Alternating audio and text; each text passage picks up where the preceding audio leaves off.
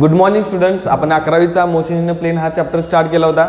तर प्रिव्हियस लेक्चर्समध्ये आपण पाथ लेंथ, डिस्प्लेसमेंट, परत काय बघितलं होतं बघा, average speed, average velocity, instantaneous speed, instantaneous velocity, या ज्या फिजिकल क्वांटिटीज आहेत त्यांचं आपण फिजिकल इंटरप्रिटेशन बघितलं होतं. कोणत्या क्वांटिटी वेक्टर असतात, कोणत्या क्वांटिटी स्केलर असतात.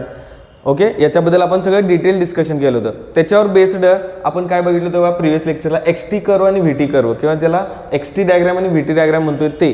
तर त्याचं आपण डिटेल डिस्कशन केलं होतं. तर एक्सटी कर्व कशाचं नॉलेज देत असते बघा, तर आपली व्हेलॉसिटी ही कॉन्स्टंट आहे की नॉन कॉन्स्टंट आहे, विच मीन्स व्हेरिएबल आहे. ओके, याच्याबद्दल आपल्याला इंटरप्रिटेशन हे एक्सटी कर्व देत असते. On the other hand VT curve आपल्याला काय सांगत असते बघा, व्हीटी कर्व, एखादा कर्व जर लिनियर असेल तर त्याचा अर्थ काय असणार आहे, तुमचं ॲक्सेलरेशन कॉन्स्टंट असणार आहे, आणि जर नॉन लिनियर असेल तर तुमचं ॲक्सेलरेशन नॉन कॉन्स्टंट असणार आहे. म्हणजे व्हेलॉसिटी चेंज होणार आहे, हे आपल्याला व्हीटी कर्ववरून सांगता येते. सिमिलरली आपलं ॲक्सेलरेशन काय असणार आहे हे सुद्धा आपल्याला एक्सटी कर्ववरून सांगता येते. ओके, या सगळ्या गोष्टी आपण प्रिव्हियस लेक्चर्समध्ये बघितलेल्याच आहेत. तर आज काय बघायचं बघा, तर आज आपल्याला व्हीटी कर्वमधील जे व्हीटी कर्वचे अजून एक फिजिकल इंटरप्रिटेशन आहे ते सुद्धा आपल्याला बघायचं आहे. आणि त्याच्यानंतर थोडेसे न्यूमरिकल प्रॉब्लेम्स बघायचे आहेत. त्याच्यात आपण ग्राफिकल आणि न्यूमरिकल हे दोन्ही पण प्रॉब्लेम बघणार आहेत. ग्राफिकल म्हणजे काय, जे ग्राफ्सवर रिलेटेड न्यूमरिकल प्रॉब्लेम्स असणार आहेत ते, आणि काही न्यूमरिकल प्रॉब्लेम्स कसे असणार, फंक्शन्सवर डिपेंडंट असणार आहेत. ते फंक्शन्सवरचे डिपेंडंट न्यूमरिकल प्रॉब्लेम सुद्धा बघायचे आहेत. ओके, तर चला ते आज बघून घेऊया.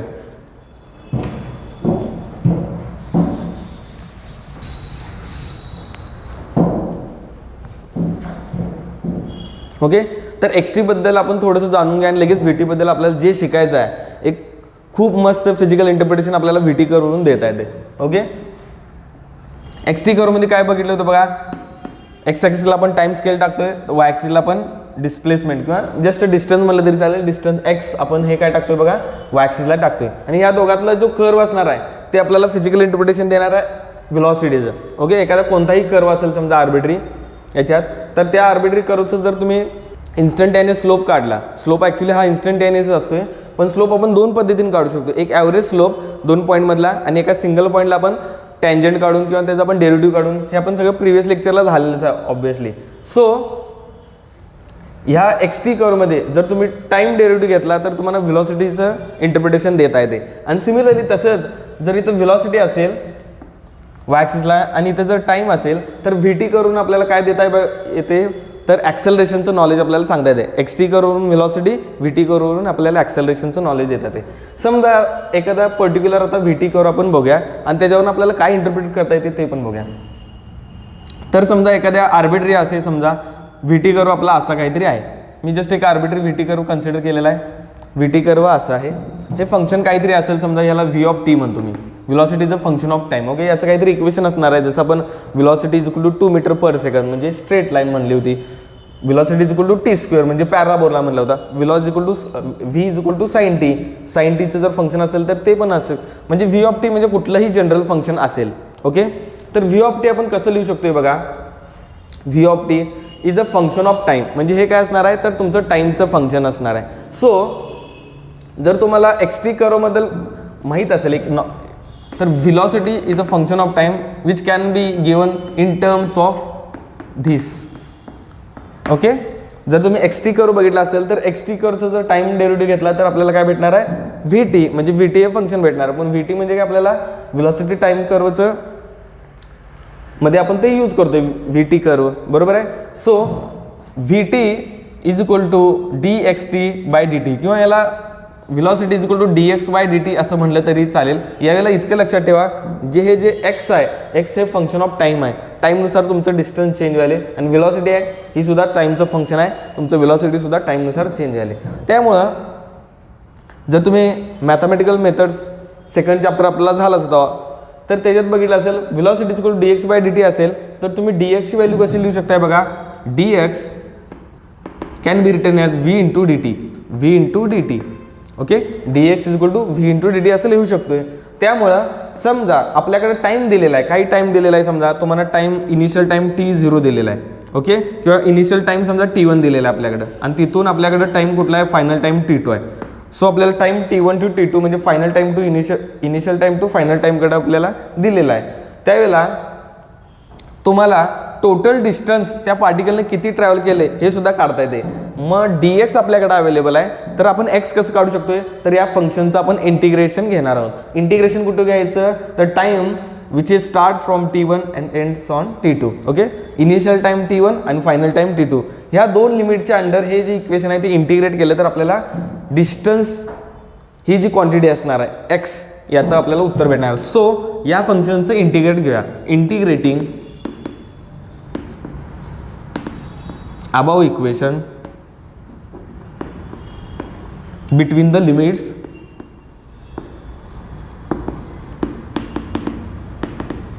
t1 to t2. Okay, t1 to t2 पर्यंत आपल्याला काय करायचं आहे, हे इंटिग्रेशन आहे, हे जे इक्वेशन आहे ते इंटिग्रेट करायचं आहे. ओके, त्यामुळे बघा integration dx integration v dt. आता dt हे आपलं कुठलं आहे, राईट हँड साईडला आहे. सो त्याला कुठलं लिमिट्स द्यायचे, अप्पर लिमिट किती असणार आहे t2 आणि लोअर लिमिट किती असणार आहे t1. Lower limit t1, upper limit किती असणार आहे t2 असणार आहे. So t1 to t2 v dt is equal to integration dx. आणि इंटिग्रेशन dx ची व्हॅल्यू किती असते बघा, x असते, बरोबर आहे. त्यामुळे x ची व्हॅल्यू कशी लिहू शकतोय बघा, x ची व्हॅल्यू आपण लिहू शकतोय integration t1 to t2 v dt. ह्याचा अर्थ काय समजा बघा, समजा हा v ऑफ t कर्व आहे. ओके, इनिशियल टाइम काहीतरी तुमचा t1 इथं काहीतरी आहे, फायनल टाइम तुमचा t2 इथं काहीतरी आहे, बरोबर आहे. आणि ह्या कर्वचं t1 to t2 पर्यंत तुम्ही इंटिग्रेशन घ्यायला आहे. ओके, t1 to t2 पर्यंत इंटिग्रेशन घ्यायला आहे. याचा अर्थ काय रे, तर याचा अर्थ असा असणार आहे, जर तुम्ही इंटिग्रेशनचं बेसिक ॲप्लिकेशन बघितलं असलं तर इंटिग्रेशन काय करते, एखाद्या फंक्शनचं एक्स ॲक्सिसशी बाउंडेड केलेला एरिया आपण ह्या v dt च्या इंटिग्रेशननं कॅल्क्युलेट करू शकतो, बरोबर आहे. त्यामुळे इंटिग्रेशन काय देते, integration gives the area bounded by a curve, area bounded by a curve to the x axis. हे आपल्याला कॅल्क्युलेट करता येते. कसं करत होतो आपण त्यावेळेला f dx, integration f dx म्हणजे काय असणार, एरिया कॅल्क्युलेट करतो. सिमिलरली जर तुम्ही v dt, v म्हणजे काय फंक्शन आहे आणि dt म्हणजे काय तुमचं हा व्हेरिएबल आहे. जर v dt जर इंटिग्रेशन घ्याला फ्रॉम t1 to t2, हा याचा अर्थ काय असणार आहे, तर ह्या कर्वचा जो तुमचा टोटल एरिया असणार आहे from point t1 to t2, हा म्हणजे तुमचा काय असणार आहे, टोटल डिस्टन्स. ओके, डिस्टन्स किंवा डिस्प्लेसमेंट. आता हे डिस्टन्स किंवा डिस्प्लेसमेंट का म्हणतोय हे आपल्याला पुढे बघायचंच आहे. पण आता तर लक्षात ठेवा, त्या पार्टिकलनं t1 ते t2 ह्या distance, okay, t1 to t2 ह्या टाईममध्ये, ह्या कालावधीत किती डिस्टन्स ट्रॅव्हल केले हे म्हणजे तुमचं ह्या इंटिग्रेशनची व्हॅल्यू असणार आहे. ओके, त्यामुळे लक्षात ठेवा integration t1 to t2 v dt म्हणजे काय, एरिया अंडर धिस कर्व. हा जो आपला एरिया असणार आहे, हा एरिया म्हणजे काय असणार आहे, तर त्या पार्टिकलनं ट्रॅव्हल केलेलं डिस्टन्स कुठून, from point t1 two point t2 इथंपर्यंत तुमचं काय असणार आहे, हा एरिया असणार आहे. समजलं. ओके, हे आता आपल्याला समजलं की एखाद्या एरियानं टाइम ॲक्सिसची जो एरिया कव्हर केलेला आहे, एखाद्या कर्वनं टाइम ॲक्सिसची जो एरिया कव्हर केलेला आहे ते म्हणजे तुमचं काय असणार आहे, डिस्प्लेसमेंट किंवा डिस्टन्स असणार आहे, बरोबर आहे.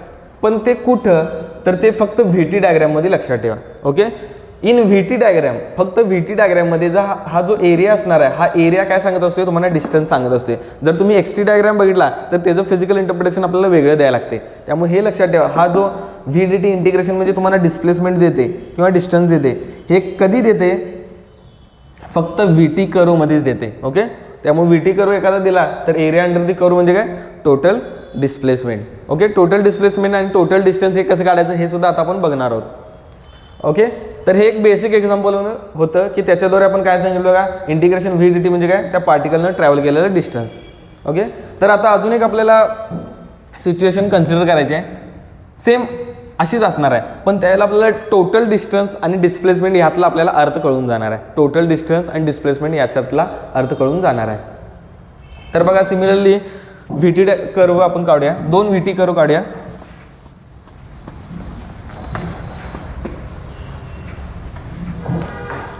ओके, VT कर्वून आपण काय इंटरप्रिट करू शकतो, area under the curve is nothing but the distance travel by that particle from point t1 two point t2. Okay, तर बघा दोन कर्व आहेत आपल्याकडे, TV हा एक फर्स्ट कर्व आपण याच्यात ड्रॉ करणार आहेत आणि सेकंड कर्व आहे. ओके, तर बघा फर्स्ट कर्व असा समथिंग काहीतरी आहे, कन्सिडर करा, फक्त सिंपल काढूया. ट्रायंगल आहे समजा आणि बॉटमला एक रेक्टँगल आहे. ओके, असं काहीतरी पार्टिकल तुमचा व्ही टी कर्व तुमचा असणार आहे. इथं बघा स्ट्रेट लाईन म्हणजे इथं काय असणार आहे बघा, व्हेलॉसिटी तुमची इन्क्रीज होत चालली आहे, इथं व्हेलॉसिटी तुमची डिक्रीज होत चाललेली आहे. व्हेलॉसिटी अचानक तुमची निगेटिव्हला गेलेली आहे, परत व्हेलॉसिटी तुमची 0 आहे, परत व्हेलॉसिटी तुमची अचानक 0ला आलेली आहे. इथंपर्यंत आपण येऊन थांबलेलो आहे. ओके, हा एक कर्व आहे. याच्यात आपल्याला टोटल डिस्टन्स आणि टोटल डिस्प्लेसमेंट म्हणण्यापेक्षा डिस्प्लेसमेंट जस्ट कॅल्क्युलेट करायचं आहे. ओके, हा एक कर्व आहे. आणि दुसरा एक कर्व असणार आहे बघा, एकदम सिंपल, एकदम ट्रॅडिशनल आपला हा साइन कर्व आहे. ओके, या दोन्ही फंक्शनला आपल्याला टोटल डिस्टन्स कसं कॅल्क्युलेट करू शकते ग्राफिकली, आणि टोटल डिस्प्लेसमेंट किंवा जस्ट डिस्प्लेसमेंट म्हणलं तर ते कसं कॅल्क्युलेट करू शकते आपण, हे आपल्याला बघायचं आहे. तर बघा, हा फर्स्ट कर्व कन्सिडर करूया. तर टोटल डिस्टन्स म्हणजे काय असते बघा, टोटल डिस्टन्स म्हणजे ज्याला आपण पाथ लेंथ म्हणतोय ते. ओके, पाथ लेंथ किंवा टोटल डिस्टन्स म्हणा, पाथ लेंथ. ओके, इथं इनिशियल टाइम 0 आहे, इथं टाइम t1 आहे, इथं टाइम t2 आहे. ओके, 0 to t1 मध्ये हा पार्टिकल बघा, याची व्हेलॉसिटी वाढत गेलेली आहे, म्हणजे इथं ॲक्सेलरेशन पॉझिटिव्ह असणार आहे, बरोबर आहे, कारण ह्याचा स्लोप बघा पॉझिटिव्ह असणार आहे. ज्या कर्व्ज किंवा ज्या स्ट्रेट लाईन्स अशा वरच्या डायरेक्शनमध्ये असतात त्यांचं काय असणार आहे बघा. आता ह्यांना ॲरो वरच का घेतलं, खाली का घेतलं नाही, कारण का तुमचा टाइम याच डायरेक्शनमध्ये वाढत चालला आहे, त्यामुळे तुमची व्हेलॉसिटी ही अशीच आहे. सो इथं तुमचा व्हेलॉसिटीचा कर्व जो असणार आहे त्याचा स्लोप पॉझिटिव्ह असणार आहे, इथं तुमचा स्लोप कसा असणार आहे, निगेटिव्ह असणार आहे, बरोबर आहे. त्यामुळे इथे ॲक्सेलरेशन पॉझिटिव्ह आहे, इथे ॲक्सेलरेशन निगेटिव्ह आहे. इथे ॲक्सेलरेशन तुम्हाला सांगताच येत नाही, इथं तुम्हाला ॲक्सेलरेशन सांगता येत नाही. सांगता का येत नाही तर ते अनडिफाईंड असणार, कारण जर तुमचा परपेंडिक्युलर असेल तर त्याचा इन्फायनाईट असतो, त्यामुळे इथे ॲक्सेलरेशन इन्फायनाईट असणार आहे. इथे ॲक्सेलरेशन परत 0 असणार आहे, कारण ते टाईम ॲक्सेसला पॅरलल आहे, आणि पॅरलल असेल तर थीटा 0 असतोय, त्यामुळे इथं परत तुमचं ॲक्सेलरेशन 0 असणार आहे, आणि इथं तुमचं ॲक्सेलरेशन इन्फिनिटी असणार आहे. त्यामुळे इथं लक्षात ठेवा, ॲक्सेलरेशन इथं पॉझिटिव्ह असणार आहे, इथे ॲक्सेलरेशन तुमचं निगेटिव्ह असणार आहे, इथं इन्फिनिटी असणार आहे, इथं 0 असणार आहे, आणि इथं परत इन्फिनिटी असणार आहे. ओके, जर तुम्हाला विचारलं तर ॲक्सेलरेशन कुठं मॅक्सिमम असू शकेल, तर t1 या पॉईंटला एकदा, t2 या पॉईंटला. इथं तुम्हाला सुद्धा इन्फिनिटी असणार, इथं तुम्हाला ॲक्सेलरेशन कॅल्क्युलेट करता येत नाही, हे लक्षात ठेवा. इथं सुद्धा ॲक्च्युली करता येत नाही, पण इतकं लक्षात येऊ सुद्धा की जर एखादी स्ट्रेट लाईन जर परपेंडिक्युलर असेल टाइम ॲक्सिसला तर त्याचा स्लोप इन्फिनिटी असणार आहे. ओके, त्यामुळे टोटल पाथ लेंथ म्हणजे काय असणार आहे, तर इतकं लक्षात ठेवा, टोटल पाथ लेंथ म्हणजे काय असणार आहे, तर एरिया अंडर दिस कर्व. हे जे दोन कर्व आपण काढलेले आहेत बघा, ओके, हा पूर्ण एक सिंगलच कर्व आहे, पण ज्या दोन फिगर्स दिसतात, इथे एक ट्रँगल आहे आणि इथे एक रेक्टँगल आहे, तर ह्यांचा जो एरिया असणार आहे, हा जो एरिया असणार आहे तो प्लस हा जो एरिया आहे, हा, या दोघांची आपल्याला ॲडिशन करायला पाहिजे. तो म्हणजे काय असणार तुमचा टोटल पाथ लेंथ. का तर बघा, समजा इथं काहीतरी व्हेलॉसिटीचं v is a function of t काहीतरी, इथं स्ट्रेट लाईन आहे. ओके, इथून ते इथंपर्यंत जर तुम्ही इंटिग्रेशन घेतला तर हा एरिया भेटणार आहे. म्हणजे ह्या पार्टिकलनं फ्रॉम 0 टू इथं काहीतरी समजा टाइम t डॅश आहे, इथंपर्यंत जर तुमचं डिस्टन्स ट्रॅव्हल केलं तर हे टोटल डिस्टन्स म्हणजे काय असणार आहे, ह्या एरियाच्या अंडरचा कर्व असणार आहे, बरोबर आहे. तर या कर्वच्या अंडरचा एरिया असणार आहे, बरोबर आहे. नेक्स्ट समजा ह्या t डॅश टू t1 पर्यंत गेला तर हा एरिया म्हणजे काय असणार आहे, तर t डॅश ते t1 पर्यंत जाताना जे टोटल डिस्टन्स असणार आहे म्हणजे हा कर्व असणार आहे, बरोबर आहे. सो ह्या दोघांची जर ॲडिशन केला तर फ्रॉम 0 टू t1 मध्ये हा जो टोटल एरिया हा म्हणजे काय असणार आहे, तर एखादा पार्टिकल 0 पासून t1 ह्या टाईममध्ये जितकं डिस्टन्स ट्रॅव्हल केला ते म्हणजे टोटल एरिया असणार आहे, हे आपण बघितलेलंच आहे. Similarly from t1 to t2 ला काय असणार आहे बघा, हा पार्टिकल निगेटिव्ह ॲक्सिसला जाऊ दे, काय फरक पडत नाही, समजलं. इथं बघा तुमचं काय वाटेल तुम्हाला, हे पॉझिटिव्ह आहे, याचा अर्थ काय, तर इथून जर इकडं पॅरलल लाईन टाकला तर याचा अर्थ काय, इथं तुमची व्हेलॉसिटी निगेटिव्ह असणार आहे, बरोबर आहे. म्हणजे तो निगेटिव्ह व्हेलॉसिटीनं जाणार आहे एका पर्टिक्युलर डायरेक्ट, पण तुमची व्हेलॉसिटी कशी असणार आहे बघा, फिक्स असणार, त्यामुळे इथे ॲक्सेलरेशन 0 असणार आहे. ओके, त्यामुळे बघा हा टोटल एरिया मी A1 म्हणतो. A1 म्हणजे काय, ह्या ट्रँगलचा एरिया, आणि हा टोटल एरिया तुमचा किती असणार आहे, A2 म्हणूया आपण. Okay, so A1 plus A2 म्हणजे काय असणार आहे, total area bounded by this curve to the time axis. Okay, काय म्हणलं बघा, टोटल एरिया म्हणजे काय असणार आहे, तर area of this triangle plus area of this rectangle. So A1 plus A2 असणार आहे काय बघा, टोटल काय असणार आहे, एरिया. आणि टोटल एरिया म्हणजेच काय असणार आहे, तुमचं पाथ लेंथ असणार आहे, समजलं, पाथ लेंथ. मग हे तुम्ही कसं कॅल्क्युलेट करू शकता, तुम्हाला इथं व्हॅल्यूज दिलेल्या असतात. Okay, 0 to 5 second, 5 second to 12 second असं काहीतरी दिलेलं असते, आणि परत हे पण दिलं असतं. त्यामुळे याच्यासाठी एरिया कसं काढू शकता, half of base into height. Okay, कसं करू शकताय बघा, half of base into height, half base पाया गुणुले उंची, याच्याद्वारे तुम्ही हे काढू शकता. आणि याला कसं लांबी गुणुले रुंदी, या दोघांची ॲडिशन करा, पाथ लेन किंवा total distance travel by that particle from point 0 to T2 और T1 टू T2 काय विचारले ते आपण कॅल्क्युलेट करू शकतोय.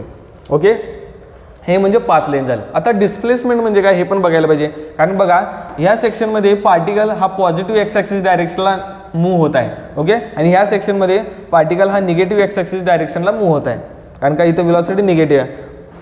ओके, ह्याचा अर्थ काय बघा, व्हेलॉसिटी पॉझिटिव्ह डायरेक्शनला वाढत आहे, त्यानंतर अचानक तो व्हेलॉसिटी निगेटिव्ह डायरेक्शनला आली बघा. याचा अर्थ काय, तुमची व्हेलॉसिटी कमी कमी होत आहे, पण ती निगेटिव्ह ॲक्सिसला आहे, त्यामुळे तुमची व्हेलॉसिटी कमी कमी येत आहे. एका पर्टिक्युलर पॉईंटला त्याची व्हेलॉसिटी 0 झाली, अचानक त्याची व्हेलॉसिटी निगेटिव्ह ॲक्सिसला काय झाली बघा, परत एक कॉन्स्टंट रेटनं जायला स्टार्ट केली आणि तिथून परत तो 0ला आला. म्हणजे हा पार्टिकल असा जाऊन असा येणार आहे. ओके, ही पूर्ण ट्रॅजेक्टरी तशी असणार आहे. तर बघा डिस्टन्स म्हणजे काय, टोटल एरिया. डिस्प्लेसमेंट म्हणजे काय असणार आहे आता याच्यात बघा, डिस्प्लेसमेंट म्हणजे काय असणार आहे बघा. तर डिस्प्लेसमेंट कसं कॅल्क्युलेट करू शकताय, डिस्प्लेसमेंट म्हणजे सुद्धा डिस्टन्स असणार आहे, पण ह्याच्यात जे एरिया ओके टाईम ॲक्सिसच्या वरच्या साईडला आहेत, ओके त्यांचं जे एरिया ते पॉझिटिव्ह घ्यायचे, हे पॉझिटिव्ह घ्यायचे, आणि जे ट्रायंगल्स जे रेक्टँगल ज्या फिगर्स टाईम ॲक्सिसच्या निगेटिव्ह डायरेक्शनला आहेत, कारण का इथं व्हेलॉसिटी निगेटिव्ह असणार आहे. ओके, त्यामुळे व्हेलॉसिटी इंटू टाईम म्हणजे तुमचा एरिया काढू शकता, लांबी गुणुले रुंदी, व्हेलॉसिटी तुमची निगेटिव्ह, टाईम तुमचा पॉझिटिव्ह असणार आहे ऑब्व्हियसली, त्यामुळे टाईम इंटू व्हेलॉसिटी जर केला तर ते निगेटिव्ह येणार आहे. त्यामुळे एरिया जर तुम्ही हा निगेटिव्ह घेतला आणि हा जर पॉझिटिव्ह घेतला तर ह्या दोघांची जे ॲडिशन करून येणारी क्वांटिटी असणार आहे त्याला आपण म्हणतो डिस्प्लेसमेंट. ओके, त्यामुळं यावेळेला सुद्धा A1 + A2 असणार आहे. डिस्प्लेसमेंट म्हणजे सुद्धा A1 + A2 असणार आहे, पण A1 हा वर असेल तर पॉझिटिव्ह घ्या, A1 जर खाली असेल तर निगेटिव्ह घ्या, A2 जर खाली असेल तर निगेटिव्ह घ्या, A2 जर वर असेल तर पॉझिटिव्ह घ्या. ओके, त्यामुळे हे लक्षात ठेवा. अशा पद्धतीने तुम्हाला पाथ लेन आणि डिस्प्लेसमेंट कॅल्क्युलेट करता येते. आता पाथ लेन माहीत असेल तर तुम्हाला ॲव्हरेज व्हेलॉसिटी सुद्धा काढता येते. ॲव्हरेज व्हेलॉसिटी म्हणजे काय, पाथ लेन तर divide by total time. Total time किती आहे बघा, T2, त्या T2ला जस्ट डिवाइड करायचं, आपल्याला ॲव्हरेज व्हेलॉसिटी सुद्धा भेटू शकते. समजलं. सिमिलरली तुम्हाला ॲव्हरेज व्हेलॉसिटी सुद्धा कॅल्क्युलेट करता येते. ॲव्हरेज व्हेलॉसिटी कशी करणार बघा, डिस्प्लेसमेंट ओव्हर टाईम करा, तुम्हाला ॲव्हरेज व्हेलॉसिटी भेटून जाईल. आणि जर path lane divide by time केला तर तुम्हाला ॲव्हरेज स्पीड भेटून जाईल. ओके, पाथ लेनवरून आपण स्पीड कॅल्क्युलेट करतोय, डिस्प्लेसमेंटवरून आपण ॲव्हरेज व्हेलॉसिटी, आणि इन्स्टंटेनियस म्हणजे प्रत्येक पॉईंटला आपण एकच स्लोप घ्यायचं, आपल्याला उत्तर भेटत जाते. ओके, ही एक डायग्राम सेकंड काढलेली आहे बघा. काय असणार आहे तर हे VT डायग्रामच आहे ही सुद्धा, की ज्याच्यात पार्टिकल बघा त्याची व्हेलॉसिटी वाढत वाढत जाणार, एका पर्टिक्युलर पॉईंटला व्हेलॉसिटी मॅक्सिमम आहे. ओके, आणि परत तो तिथून रिटर्न येणार आहे, त्याची व्हेलॉसिटी कमी येत जाणार. ओरिजिनला आल्यानंतर तो 0 व्हेलॉसिटी असणार आहे, तो परत निगेटिव्ह ॲक्सिसला जाणार आहे, परत त्याची ट्रॅजेक्टरी अपोजिट डायरेक्शनमध्ये होणार आहे. म्हणजे हा पार्टिकल जसं सिम्पल हार्मोनिक मोशन म्हणजे स्प्रिंग अशी असणार पेंडुलम सारखे, तर ही ट्रॅजेक्टरी ते दाखवते. Okay, velocity 0, velocity maximum, velocity return, परत 0 आलेली आहे इथं, व्हेलॉसिटी निगेटिव्ह ॲक्सिसला झालेली आहे, आणि परत ती मॅक्सिमम इथं झालेली आहे, आणि तिथून परत ती सेंटरला येऊन व्हेलॉसिटी 0 झालेली आहे. म्हणजे ही थोडीशी वेगळी कन्सेप्ट आहे, पण हे लक्षात ठेवा, समथिंग लाईक पेंडुलम सारखं तुम्ही ट्रीट करू शकताय. ओके, इनिशियली 0, तिकडे जाऊन गेल्यावर मॅक्सिमम आहे असं कन्सिडर करा, तिथून आली परत 0 झाली, परत निगेटिव्हला मॅक्सिमम, परत सेंटरला 0 असं कन्सिडर करू शकताय तुम्ही. ओके, तर बघा याच्यात आपल्याला डिस्टन्स आणि डिस्प्लेसमेंट ह्या क्वांटिटीज कॅल्क्युलेट करायचे ह्याच्यासाठी. तर बघा पाथ लेंथ कसं कॅल्क्युलेट करू शकतो बघा. पाथ लेंथ म्हणजे काय, ऑलरेडी आपण area first area A1 + second area A2. मग हा एरिया कसं कॅल्क्युलेट करू शकताय बघा, ज्याला आपण A1 म्हणणार आहोत. हा एरिया कसं कॅल्क्युलेट करू शकताय, याला आपण A1 म्हणतोय, बरोबर आहे, याला आपण काय म्हणतोय A2. हा A1 कसं कॅल्क्युलेट करू शकतोय बघा. हा area under this curve, area A1 can B return as integration. समजा हा 0 आहे, हे T1 आणि हे T2 आहे, कन्सिडर करा just. Area A1 can be given as integration from 0 to T1 याचं कर्वचं इक्वेशन काहीतरी आहे, समजा V dt. ओके, असं करू शकतो. हे साईन आहे आपल्याला माहिती आहे, पण मी V dt लिहिलेलं आहे फक्त. ओके, V dt असं लिहिलं. सिमिलरली आपल्याला हा एरिया A2 कसं कॅल्क्युलेट करता येतो बघा. हा एरिया A2, हा एरिया A2 कसं कॅल्क्युलेट करता येतोय, same T1 to T2 V dt. A2 कसं काढता येतोय, इंटिग्रेशन T1 टू T2 पर्यंतचा एरिया, T1 टू T2 पर्यंतचा area, velocity dt, velocity times dt, हे म्हणजे आपल्याला A2 ची व्हॅल्यू भेटणार आहे, बरोबर आहे. पाथ लेंथ म्हणजे काय असणार आहे A1 plus A2, path length म्हणजे काय असणार आहे A1 plus A2. So path length तुम्ही कॅल्क्युलेट करू शकता A1 प्लस A2. हा जो एरिया तुम्ही कॅल्क्युलेट करा, म्हणजे त्या इंटिग्रेशनची व्हॅल्यू कॅल्क्युलेट करा. तुम्हाला 0 टू T1 दिलेला असतोय, त्याच्याद्वारे तुम्ही ते A1 काढू शकताय, T1 टू T2, त्याच्यावरून A2 सुद्धा काढू शकताय. जेवढं 0 टू T1 हे जे टाइम डिफरन्स असणार आहे डेल्टा टी, हा जितका डेल्टा टी याला सुद्धा असणार आहे, लक्षात ठेवा. ओके, साइन कर्व पिरियॉडिक असते, त्यामुळं एक हाफ सर्कल किंवा एक लूप कंप्लीट करण्यासाठी जेवढा टाइम लागतो तेवढंच सेकंड लूप कंप्लीट करण्यासाठी टाइम लागतो. त्यामुळे हे जे टी असणार आहे तेच तुमचं इतकं टी असणार आहे. त्यामुळं 0 टू T1 हा जो टाइम डिफरन्स असणार आहे तोच तुमचा T1 टू T2 पर्यंत असणार आहे. सो हे लक्षात ठेवा, हे जे दोन एरियाज असणार आहेत ते सेम असणार आहेत. या दोन्ही एरियांची व्हॅल्यू सेमच आहे. त्या हा जेवढा एरिया असणार आहे तेवढाच हा सुद्धा एरिया असणार आहे. म्हणजेच काय A1 इक्वल टू A2 असणार आहे, A1 इक्वल टू A2 असणार आहे. सो पाथ लेंथ आता कशी लिहू शकतो बघा, path length A1 plus A2 म्हणजे काय 2A1 लिहू शकतो, कारण A1 प्लस A2 आणि A1च्या जागी मी फक्त A2 टाका किंवा A2च्या जागी A1 टाका, 2A1 असं लिहू शकतो किंवा 2A2 असं सुद्धा लिहू शकतो, कारण का A1 आणि A2 सेमच आहेत, बरोबर आहे. त्यामुळे पाथ लेंथ किती असणार आहे बघा, 2A1 और 2A2. हा एरिया करा, याचा दुप्पट करा, हे म्हणजे तुमचं total distance travel by that particle from initial time t is equal to 0 to final time t is equal to T2. Okay, ह्या दोन टाईमच्या मध्ये त्या पार्टिकलनं किती डिस्टन्स ट्रॅव्हल केलेला असणार आहे, या एरियाचा दुप्पट. मग त्या एरियाला जर तुम्ही 0 टू T2 ने डिवाइड केला तर तुम्हाला ॲव्हरेज स्पीड भेटणार आहे. सो ॲव्हरेज स्पीड तुम्ही कसं काढू शकता बघा, ॲव्हरेज स्पीड म्हणजे काय, path length divide by time. Path length किती आहे बघा, 2A1 कन्सिडर करा, डिवाइड बाय टाइम किती आहे बघा 0 टू T2, म्हणजे T2 मायनस 0 किती असणार आहे बघा, टाइम T2 लागणार आहे. त्यामुळे 2A1 डिवाइड बाय T2 म्हणजे तुमची ॲव्हरेज स्पीड असणार आहे.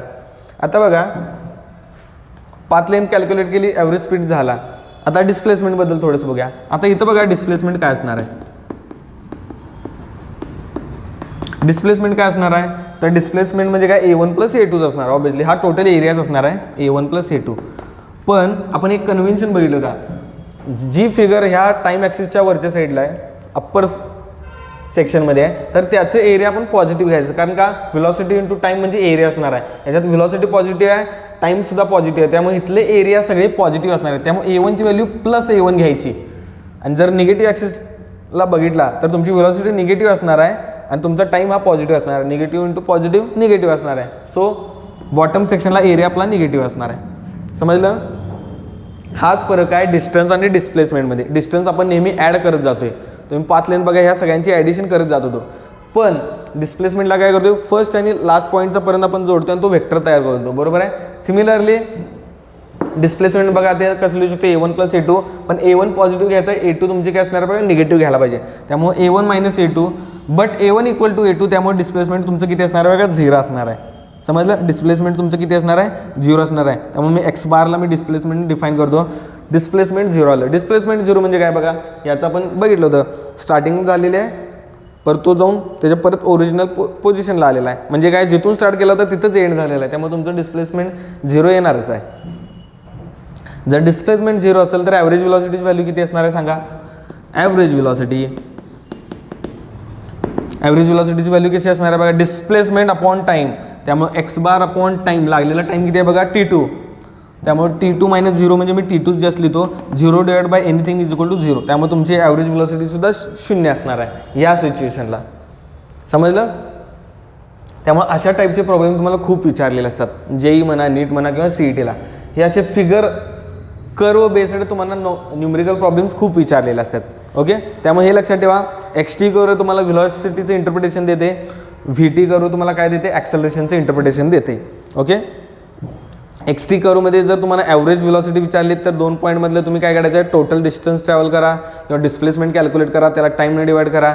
डिस्प्लेसमेंट डिवाइड बाय टाईम असेल तर तुम्हाला ॲव्हरेज व्हेलॉसिटी भेटणार आहे. पाथ लेंथ अपॉन टाईम जर केला, तर तुम्हाला ॲव्हरेज स्पीड भेटणार आहे.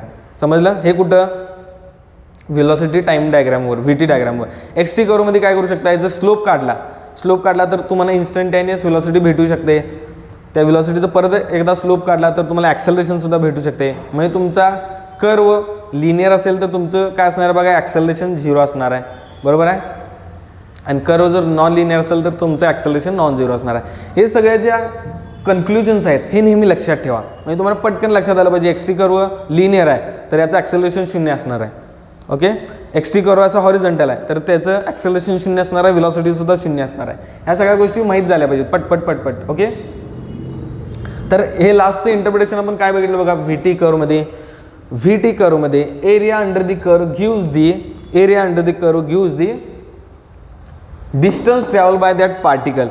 Okay, distance traveled by that particle from given time. Okay, from point 0 to T1 और T1 टू T2 काय असेल तर त्या गिवन टाईममध्ये त्या पार्टिकलनं टोटल डिस्टन्स किती ट्रॅव्हल केलेला आहे हे आपल्याला कॅल्क्युलेट करता येते. ओके, आणि जर आपण दिलेला टाईम जर असा वेगवेगळ्या ह्याच्यात फोडला, डिवाइड केला 0 to T1, T1 to T2, T2 to T3 असं जर आपण स्प्लिट केला तर तुमचं पाथ लेंथ म्हणजे काय तर त्या सगळ्या एरियांची ॲडिशन असणार आहे. आणि डिस्प्लेसमेंट म्हणजे काय, सगळ्या एरियांची ॲडिशन असणार आहेत. पण जे एरिया अप्पर साईडला आहेत ते पॉझिटिव्ह घ्या, जे एरिया निगेटिव्ह साईडला आहेत बॉटमला आहेत ते तुम्ही काय करा, निगेटिव्ह म्हणून ट्रीट करा आणि त्यांची मग ॲडिशन करा.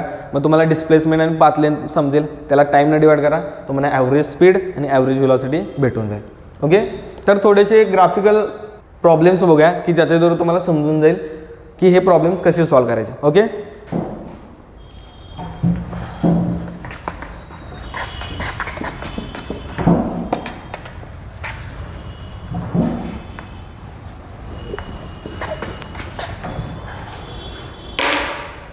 तर X T curve, V T curve, area under the curve याच्यावरचे थोडेसे न्यूमरिकल प्रॉब्लेम बघूया की जे फ्रिक्वेंटली विचारलेले आहेत. ओके, तर फर्स्ट न्यूमरिकल प्रॉब्लेम बघूया जे ग्राफिकल असणार आहेत, काही ग्राफिकल असणार आहेत आणि काही न्यूमरिकल्स असणार आहेत, यांच्या दोघांचे सुद्धा कॉम्बिनेशन बघूया.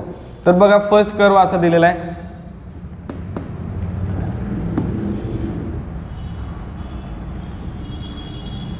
जो मगाचा कर्व आहे तोच घेऊया आणि त्याला फक्त न्यूमरिकल व्हॅल्यूज देऊया म्हणजे आपल्याला ते प्रॉपर समजून जाईल.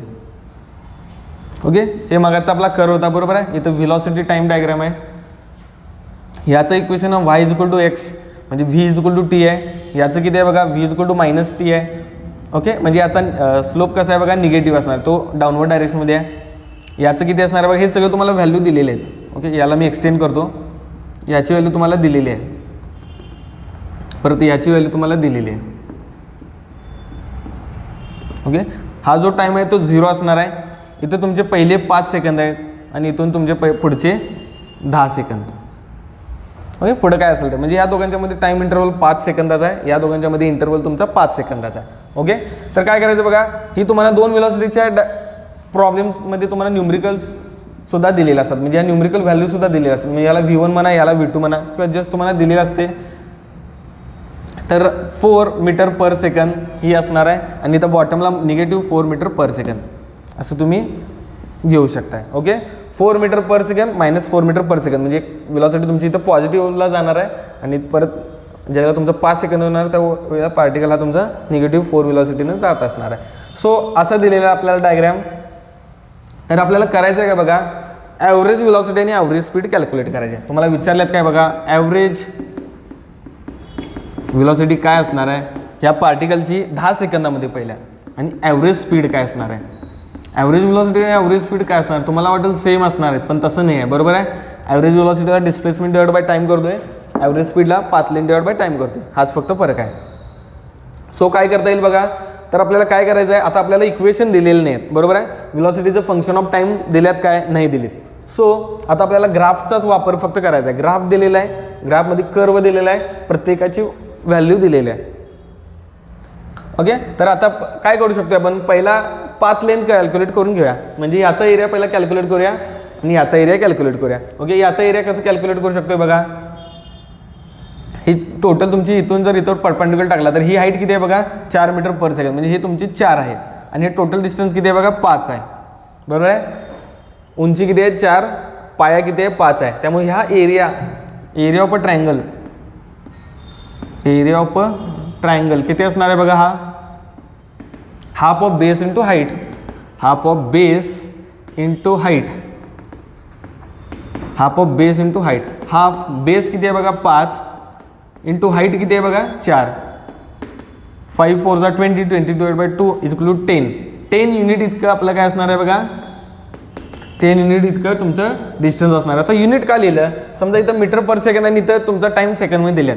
ओके, तर तुमचं हे युनिट काय असणार आहे बघा, मीटर असणार आहे. म्हणजे तुमचं 10 मीटर इतकं काय असणार आहे, ह्याचा टोटल एरिया असणार आहे. आता एरिया मीटरमध्ये असणार आहे, बरोबर आहे, कारण आपलं व्हेलॉसिटी इंटू टाईम आहे. ओके, व्हेलॉसिटी इंटू टाईम जर कर्व असेल तर त्याच्यात एरियाचं डायमेन्शन हे मीटर असते, हे लक्षात ठेवा. एरिया आपण मीटरमध्ये मेजर करते. सो या ट्रायंगलचा एरिया किती झाला बघा, 10 मीटर. एरिया म्हणजे काय असणार आहे तर डिस्टन्स असणार आहे. सो डिस्टन्स आपण 10 मीटर इथं काढलेला आहे. ओके, त्यामुळे A1ची व्हॅल्यू जी आपण मगाशी म्हणलेलो बघा, याला A1 म्हणूया. A1 किती असणार आहे, 10 मीटर असणार आहे. सिमिलरली आपण सेकंड जो फिगर असणार आहे त्याचा पण एरिया कॅल्क्युलेट करूया. एरिया ऑफ द ट्रायंगल झाला. आता area of the rectangle. Area of the rectangle. Area of the rectangle कसं कॅल्क्युलेट करू शकतोय बघा, लेंथ इंटू ब्रेड्थ, बरोबर आहे, लांबी गुणुले रुंदी. लांबी गुणुले रुंदी असं करू शकतोय. सो लांबी किती आहे बघा, ही लांबी 5 इनिशियल टाईम आहे, 10 फायनल टाईम आहे. त्यामुळे 5 वजा 10 किंवा 10 वजा 5 घ्या. हा जो टाईम डिफरन्स असणार तो किती असणार, 5 सेकंदाचा असणार आहे. आणि जी तुमची उंची असणार आहे, लांबी झाली 5 आणि रुंदी किती झाली बघा, 4 metre per second. 4 metre per second. Okay, आता निगेटिव्ह 4 आहे ते घ्यायचं नाही आता. का, कारण आपण जस्ट एरिया कॅल्क्युलेट कराल. त्यामुळे 5 गुणिले 4 20. तुमचं किती असणार आहे बघा, 20 असणार आहे. मीटर इतकं तुमचं A2 असणार आहे. A2 तुमचं किती असणार आहे, A2 तुमचं 20 मीटर असणार आहे. A1 10 मीटर झालं, A2 20 मीटर झालं. म्हणजे हा जो टोटल एरिया असणार आहे हा असणार आहे 10 असणार आहे. हा असणार टोटल एरिया तुमचा 20 असणार आहे, बरोबर आहे. हा 10 असणार आहे, हा 20 असणार आहे. आता आपल्याला पाथ लेंथ घ्यायचा आहे. पाथ लेंथ म्हणजे काय, तर ह्या दोघांची ॲडिशन, जस्ट सिम्पल ॲडिशन. त्यामुळे 10 अधिक 20 म्हणजे 30 असणार आहे. सो पाथ लेंथ किती असणार आहे बघा, पाथ लेंथ किती असणार आहे बघा, 10 अधिक 20. एरियाची ॲडिशन करा, 10 अधिक 20 म्हणजे किती असणार आहे, 30 मीटर टोटल तुमचं पाथ लेंथ असणार आहे, त्या पार्टिकलनं ट्रॅव्हल केलेलं distance total. So average speed कसं काढू शकता बघा. आता ॲव्हरेज स्पीडचा आपण फॉर्म्युला काय करतोय, path length upon time. Path length over total time किंवा जस्ट टाईम म्हटलं तरी चालेल. पाथ लेंथ किती आहे बघा, 30 मीटर. टोटल टाईम किती घेतलेला बघा, 0 to 5, 5 to 10 म्हणजे टोटल 10 सेकंद. ओके, त्यामुळे तुमचं किती असणार आहे बघा, 3 मीटर पर सेकंद इतकं तुमची ॲव्हरेज स्पीड असणार आहे. ॲव्हरेज स्पीड किती असणार आहे, 3 मीटर पर सेकंद. समजलं, तर दोघा एरियाची फक्त ॲडिशन केलेलं आहे. आता डिस्प्लेसमेंट बघूया आपण. डिस्प्लेसमेंट कॅल्क्युलेट करूया. डिस्प्लेसमेंट कसं कॅल्क्युलेट करू शकतोय बघा, जो एरिया वरच्या साईडला त्याला एरिया आपण पॉझिटिव्ह घेतोय, तो एरिया पॉझिटिव्ह घेतो, आणि जो बॉटमला आहे तो एरिया निगेटिव्ह घेतोय. या वेळेला बघा डिस्प्लेसमेंट ज्यावेळेला आपण कन्सिडर करतोय क्वांटिटी, त्यावेळेला तुमचा टाईम पॉझिटिव्ह आहे, पण व्हेलॉसिटी बघा तुमची इथं निगेटिव्ह आहे. त्यामुळे इथं मगाशी वजा 4 घेतलं असतं तर चाललं असतं, पण ते एरिया आपला निगेटिव्ह आला असता आणि त्यावेळेला आपल्याला डिस्प्लेसमेंट क्वांटिटी मिळाली असते. आपल्याला काय हवं होतं, डिस्टन्स हवं होतं, मग त्यामुळं हे 4 आहे बघा ते पॉझिटिव्ह घेतलं, पाईन चौक 20 असं 20 मीटर लिहिलं होतं. सो आता एरिया आपला किती असणार आहे, निगेटिव्ह 20. सो टाईम ॲक्सिसच्या वरच्या साईडला जेवढे कर्व आहेत ते सगळेचे एरिया पॉझिटिव्ह घ्यायचे, जे बॉटमला त्यांचे एरिया निगेटिव्ह घ्यायचे. त्यामुळे 10 अधिक वजा 20, 10 प्लस ऑफ -20.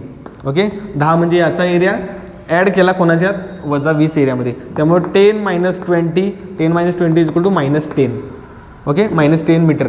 -10 मीटर म्हणजे काय, तर हा पार्टिकलचं टोटल डिस्प्लेसमेंट ओरिजिनपासून तो निगेटिव्ह 10 मीटरला असणार आहे. कधी, 10 सेकंदानंतरनं. समजलं. त्यामुळे डिस्प्लेसमेंट तुमचं किती असणार आहे बघा, एक्स बारची व्हॅल्यू वजा 10 मीटर असणार आहे. मग ॲव्हरेज आता व्हेलॉसिटी काढू शकतो आपण. व्हेलॉसिटी किती असणार आहे बघा, एक्स बार अपॉन टाईम किती असणार आहे बघा, वजा 10 मीटर डिवाइड बाय 10 सेकंद. कारण का टोटल हे इंटरवल किती आहे बघा, 10 सेकंदाचा आहे. सो 10ला 10 गेले, वजा 1 मीटर पर सेकंद. हे तुमची असणार आहे ॲव्हरेज व्हेलॉसिटी असणार आहे. समजलं. त्यामुळे इथं बघा ॲव्हरेज स्पीड वेगळी आहे, आणि ॲव्हरेज व्हेलॉसिटी वेगळी आहे. समजलं. स्पीडमध्ये आपण का जास्त असते, ॲव्हरेज स्पीड बघा जास्त आल्या, कारण का पाथ लेनची सगळ्यांची ॲडिशन करत जातो ना, त्यामुळे ॲव्हरेज स्पीड मोस्टली ती जास्त असते ॲव्हरेज व्हेलॉसिटीपेक्षा. पण ॲव्हरेज व्हेलॉसिटी ही पॉझिटिव्ह किंवा निगेटिव्ह असू शकते. समजत. त्यामुळे ॲव्हरेज स्पीड ही ऑलवेज पॉझिटिव्ह असणार आहे, कारण का सगळ्यांची आपण ॲडिशन करत जातो ना, सगळ्या एरियांची ॲडिशन करत जातो. त्यामुळं positive area divide by time, टाईमसुद्धा पॉझिटिव्ह असतो, त्यामुळे तुमचा ॲव्हरेज स्पीड नेहमी पॉझिटिव्ह असते. पण ॲव्हरेज व्हेलॉसिटीमध्ये कशी करतोय बघा, जे एरिया अप्पर साईडला ते पॉझिटिव्ह, जे एरिया डाऊनवर्ड डायरेक्शनमध्ये आहेत टाईम ॲक्सिसच्या खाली आहेत ते आपण एरिया निगेटिव्ह घेतो, त्यामुळे तिथं निगेटिव्ह साईन येऊ शकते. त्यामुळे तुमचं ॲव्हरेज व्हेलॉसिटी हे पॉझिटिव्हसुद्धा असू शकते, निगेटिव्हसुद्धा असू शकते, किंवा झिरो पण असते कधी कधी. तर मगाशी आपण झिरो पण बघितलेलं बघा, ज्यांचं डिस्प्लेसमेंट झिरो असते त्यांचं ॲव्हरेज व्हेलॉसिटीसुद्धा झिरो असणार आहे. ओके, म्हणजे अशा टाईपचे तुम्हाला ग्राफिकल प्रॉब्लेम्स विचारलेले असतात. ओके, अशा टाईपचे तुम्हाला ग्राफिकल प्रॉब्लेम्स विचारलेले असतात की जे तुम्हाला असे जॉमेट्रीचा वापर करून सॉल्व्ह करायला लागते.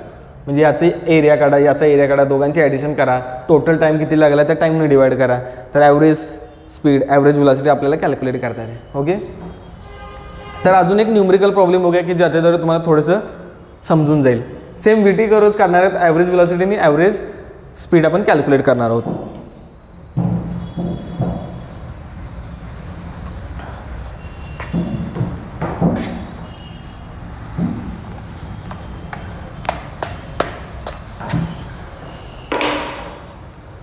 ओके, तर अजून एक न्यूमरिकल प्रॉब्लेम बघूया. आपण ज्यावेळेला VT कर्व्हचं एरियाचं इंटरप्रिटेशन बघत होतो त्यात दोन फिगर्स काढले होते, त्यातल्या पहिल्या फिगरचं न्यूमरिकल कॅल्क्युलेशनसुद्धा बघितलं. आता जो सेकंड फिगर होतं त्याचं थोडंसं बघून घ्या, तोच आपण यूज करूया. ओके, सेकंड फिगर बघा कशी होती, टाईम ॲक्सिस होता, इकडे व्हेलॉसिटी ॲक्सिस होता, तुमचा कर्व हा असा होता साईन, याचं साईन टी कर्व असणार आहे. Okay, sine t velocity equal to sine t आहे. इथून 0 to समजा 2 सेकंद आहे आणि 2 सेकंड टू हे 4 सेकंद आहे, कारण हा जेवढा टाईम असणार तेवढाच हा सुद्धा टाईम असणार आहे. सो आपल्याला काय करायचं बघा, ॲव्हरेज व्हेलॉसिटी आणि ॲव्हरेज स्पीड याची व्हॅल्यू आपल्याला कॅल्क्युलेट करायची आहे. ॲव्हरेज व्हेलॉसिटी आणि ॲव्हरेज स्पीड याची व्हॅल्यू काढायची आहे. ओके, याची व्हॅल्यू मी पाय घेतो आणि याची व्हॅल्यू मी 2 पाय घेतो. का टाईम पाय आणि 2 पाय का घेतो, कारण येणारं फंक्शन एक ट्रिग्नॉमेट्रिक आहे, त्यामुळे तुम्ही टाईम हा पायमध्ये घेतला तर आपल्याला इझी पडून जाते, त्यामुळे बाकीचं काही नाही. आपल्याला विचारलं काय बघा, ॲव्हरेज व्हेलॉसिटी आणि ॲव्हरेज स्पीड काढायची आहे. तर आपल्याला करायला काय पाहिजे, हा एरिया पहिला कॅल्क्युलेट करायला पाहिजे. बरोबर आहे, याला आपण A1 म्हणणार आहोत, याच्यावरून हा आपल्याला एरिया नंतर कॅल्क्युलेट करायचा आहे, याला आपण एरिया A2 म्हणणार आहोत, हा एरिया कॅल्क्युलेट करायचा आहे. बरोबर आहे, या दोन्ही एरियांची जी व्हॅल्यू असणार आहे ती सेमच असणार, त्यामुळे एका कोणाचा तर आपण एरिया कॅल्क्युलेट करूया आणि सिमिलरली दुसऱ्याचं पण तसंच असणार आहे. बरोबर आहे, आता बघा मगाशी ट्रायंगल रेक्टँगल असलं तर आपल्याला half of base into height, लांबी गुणुल रुंदी, लेंथ इंटू ब्रेथ असं करून आपण कॅल्क्युलेट करू शकतो. पण जर असे कर्व असतील तर मग हा एरिया कसं कॅल्क्युलेट करायचा, मग त्याच्यासाठीच तर इंटिग्रेशन असते. इंटिग्रेशन घेतला फ्रॉम पॉईंट 0 to पाय तर हा एरिया आपल्याला भेटून जाणार आहे. कर्व आपल्याकडे आहे साईन टी आहे, त्यामुळं हा एरिया किती असणार आहे बघा, A1 इंटिग्रेशन 0 to पाय, 0 to पायमध्ये एरियाचं इक्वेशन कसं आहे, साईन टी dt झालं, समजलं. त्यामुळं ज्या फिगर्स ट्रायंगल, रेक्टँगल किंवा स्क्वेअर असतात, पॉलिगॉन असतं एखादा, तर त्याच्यासाठी आपण इझिली काढू शकतो. पण असे जर कर्व असतील पाथ, एखादा कर्व जर ट्रॅजेक्टरी असेल तर त्यासाठी आपण इंटिग्रेशनचा वापर करू शकतो. त्यामुळे हा एरिया किती असणार बघा, साईन टी dt. साईनचं इंटिग्रेशन काय असते बघा, सेकंड चॅप्टरमध्ये आपण बघितलं होतं. साईनचं डेरिव्हेटिव्ह कॉस, कॉसचं डेरिव्हेटिव्ह मायनस साईन असते, कॉसचं डेरिव्हेटिव्ह मायनस साईन, त्यामुळे साईनचं इंटिग्रेशन हे मायनस कॉस असते. ओके, हे लक्षात ठेवा, कॉसचं डेरिव्हेटिव्ह मायनस साईन असणार आहे, त्यामुळे साईनचं हे डेरिव्हेटिव्ह, त्यामुळे साईनचं इंटिग्रेशन जर घेतला साईनचं तर हे निगेटिव्ह याला फक्त द्या कॉस एक्स, कॉसचं derivative negative sine X, sine एक्सचं इंटिग्रेशन हे निगेटिव्ह कॉस एक्स, त्यामुळे negative cos X from 0 to pi, negative by द्यायचं. आता हे डेफिनाईट काही इनडिफिनाईट आहे तर डेफिनाईट इंटिग्रल आहे, कारण ह्याला लिमिट्स दिलेले आहेत, त्यामुळे ते पण सुद्धा आपण बघितलेलं. तर अप्पर लिमिट टाका पहिला cos pi minus cos 0. Okay, cos पायची व्हॅल्यू किती असते बघा, जर तुम्हाला कॉसच्या सगळ्या फंक्शन्स माहीत असेल. ओके, कॉसचं फंक्शन हे असं असते, बरं आहे. कॉस 0 आपल्याला हवा आहे, कॉस 0ची व्हॅल्यू किती असते, 1 असते, त्यामुळे निगेटिव्ह कॉस 0ची व्हॅल्यू तुमची 1 असणार. कॉस पायची व्हॅल्यू किती असते बघा, कॉस पाय म्हणजे इथं π/2 असते, हे असणार आहे पाय, निगेटिव्ह 1 असणार आहे, त्यामुळे निगेटिव्ह 1 किती होणार आहे बघा, हे निगेटिव्ह 2 होणार आहे. निगेटिव्ह इंटू मायनस म्हणजे 2 युनिट इतका तुमचा एरिया असणार आहे, 2 युनिट इतका एरिया असणार आहे ह्या A1चा, त्यामुळे याचं उत्तर किती असणार बघा 2. सिमिलरली याचं उत्तर सुद्धा किती असणार आहे 2. मग पाथ लेंथ कशी कॅल्क्युलेट करू शकते, 2 + 2 म्हणजे पाथ लेंथ, त्यामुळे पाथ लेंथ किती असणार आहे बघा, पाथ लेंथ म्हणजे दोघांची ॲडिशन करा फक्त, 2 + 2. आता ह्याला पॉझिटिव्ह निगेटिव्ह घ्यायचं नाही हे लक्षात ठेवा, त्यामुळे 2 + 2 = 4 युनिट असणार आहे. आणि त्यामुळे ॲव्हरेज स्पीड किती असणार आहे बघा, path length divide by time. Path length किती आहे बघा 4 डिवाइड बाय टाइम किती आहे बघा इथून ते इथे येण्यासाठी तर 2π इतका टाइम लागेल 0 to π π to 2π त्यामुळे 2π इतकं टोटल असणार आहे त्यामुळे तुमचं आन्सर किती येणार बघा 2/π इतकं तुमचं मीटर पर सेकंद हे तुमचं काय असणार आहे ॲव्हरेज स्पीड असणार आहे 2 डिवाइड बाय पाय हे तुमचं काय असणार आहे ॲव्हरेज स्पीड. आता सिमिलरली डिस्प्लेसमेंट कॅल्क्युलेट करूया. डिस्प्लेसमेंट कसं करतो एरियाची ॲडिशन पण जो एरिया अप्पर साईडला तो पॉझिटिव्ह घ्या जो एरिया डाऊनवर्ड डायरेक्शनमध्ये तो निगेटिव्ह घ्या त्यामुळे +2 -2 किती असणार आहे बघा +2 -2 = 0 त्यामुळे तुमचं डिस्प्लेसमेंट 0 आलं तर ॲव्हरेज व्हेलॉसिटी किती येणार आहे 0च येणार आहे कारण डिस्प्लेसमेंट डिवाइड बाय टाईम म्हणजे म्हणतोय त्यामुळे 0 मीटर पर सेकंद तुमचं काय येणार आहे ॲव्हरेज व्हेलॉसिटी येणार आहे 0 मीटर पर सेकंद. तर अशा पद्धतीने तुम्ही average velocity average speed calculate करू शकताय पाथ लेंथ डिस्प्लेसमेंटसुद्धा कॅल्क्युलेट करू शकताय. फक्त हवं काय जर आपल्याला अशा न्यूमरिकल्स दिले असतील जर फंक्शनचं तुम्हाला व्हॅल्यू दिली असेल sin t किंवा म्हणले असेल सिन्युसायडल आहे त्यावेळेला sin t घेतलं तरीही चालेल समजलं. आता यावेळेला आपल्याला काय दिलं होतं बघा अशा कर्वसाठी आपल्याला एरिया कॅल्क्युलेट करता येत नाही त्यासाठी एकदम असा फॉर्म्युला कोणता नाही आहे. जसं आपल्याकडे ट्रायंगलचा एरिया कसं काढू शकते 1/2 गुणिले पाया गुणिले उंची रेक्टँगलचं कसं काढू शकते लांबी गुणिले रुंदी एरिया जर स्क्वेअरचा विचारला चौरसचा विचारला तर काय लांबीचा वर्ग असं काढू शकतोय. तसं अशा कर्वसाठी काही फॉर्म्युला नसतो मग अशासाठी काय करायचं हा इंटिग्रेशनचा ॲप्लिकेशन वापरायचं किंवा हा इंटिग्रेशनचा फॉर्म्युला वापरायचा. एखाद्या फंक्शनचा टाइम डेरिव्हेटिव्ह घ्या तर तुम्हाला फ्रॉम T1 to T2 तर तुम्हाला एरिया भेटून जाते. त्यामुळे इंटिग्रेशनचं बेसिक ॲप्लिकेशनच आहे काय area under the curve from initial point x1 to x2 = integration f(x) dx समजलं. त्यामुळं area under the curve is nothing but त्या फंक्शनचं इंटिग्रेशन ते कसं तर डेफिनेट असणार आहे इनिशियल पॉईंट आणि फायनल पॉईंट यामध्ये आपण इंटिग्रेशन घेतोय. सो आजच्या लेक्चरमध्ये काय बघितलं बघा XT कर्व VT कर्वचं एक ॲडव्हान्टेज काय बघितलं तर आपल्याला displacement path length average velocity परत काय बघू शकतोय बघा ॲव्हरेज स्पीड हे कॅल्क्युलेट करता येते. इन्स्टंटेनियस व्हेलॉसिटी इन्स्टंटेनियस स्पीड याच्याबद्दल आपण ह्याच लेक्चरमध्ये बोललो नाही ते आपल्याला नेक्स्ट लेक्चरमध्ये बघायचं आहे. पण आपण काय बघितलं बघा तर एरिया अंडर दी कर्व जर बघितला तर तुम्हाला काय देणार आहे तर डिस्टन्स देणार आहे त्या पार्टिकलनं ट्रॅव्हल केलेलं from initial time T1 to the final time T2 okay. तर नेक्स्ट लेक्चरला आपण बघायचं आहे इन्स्टंटेनियस व्हेलॉसिटी इन्स्टंटेनियस ॲक्सेलरेशन हे कसं कॅल्क्युलेट करू शकतोय. त्याच्यानंतर न्यूटनचे जे 3 लॉज आहेत कायनेमॅटिकलचे इक्वेशन्स आहेत ते आपल्याला डिराईव्ह करायचे आहेत with the help of VT diagram okay. तर ते नेक्स्ट लेक्चरला आपण बघणार आहोत. थँक्यू.